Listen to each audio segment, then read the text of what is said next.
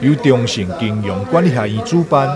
中华民国不动产经济人联合总会承办的2023不动产发展高峰论坛，22号伫中信金融管理学院哈利波特讲堂登场，邀请3官学专家主讲，探讨不动产经纪人的权利、义务甲责任。我们经纪人有一个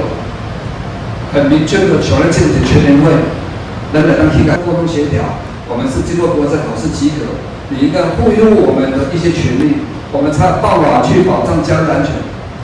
这个所以到即摆那么可怜的，你看咱这边调解评估哦，比如说政策的对吧？咱这边调解评估，比如说政策的，这个到底，然后呢，这无伊讲的，他有实价登录，实价登录咱有属性选择去改咱法制，你敢唔知影讲？咱敢知影讲实价登录到底理论上讲，可能哪能个改，是较无问题。所以人大数去进出什么货？地震室啊，人去进出跟出实价登录，每日双方自己登录呢，跟地震室无关系。咱经纪人。受邀主讲的台南市地政局长陈淑美，也鼓励不动产经纪人要多多加入工会，创造多赢局面。经纪人的业务责任跟他的权利，这个是相对等的。那成立了工会，工会它有很多事情可以做，它也可以发挥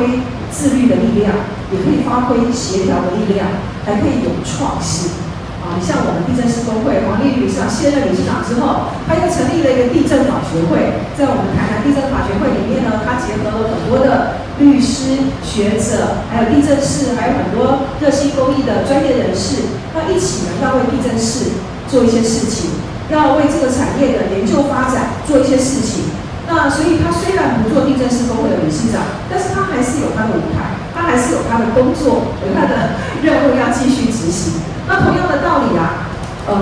地震是在求提升，在求研究发展。那我们经纪人呢？我们如果有个工会好好的做一些事情，不是也是很好吗？但是做这些事情是为了大家的向上提升，不是为了我要跟经纪业有怎么样的一个冲突或是竞争。主办单位表示，经过讨论，大家拢同意不动产经纪人应该比较护理师、律师、医师同款加入工会，每一档嘛有一定的时数会份课程，保障不动产经纪人的专业素养，如此才会当保障消费者购买不动产的权益。期待买卖不动产不只是挖口，信任带来新幸福。先诚实再承销，才会讲个大事，你是依法润滑 SOP 标准，保障3官学应该有的权益。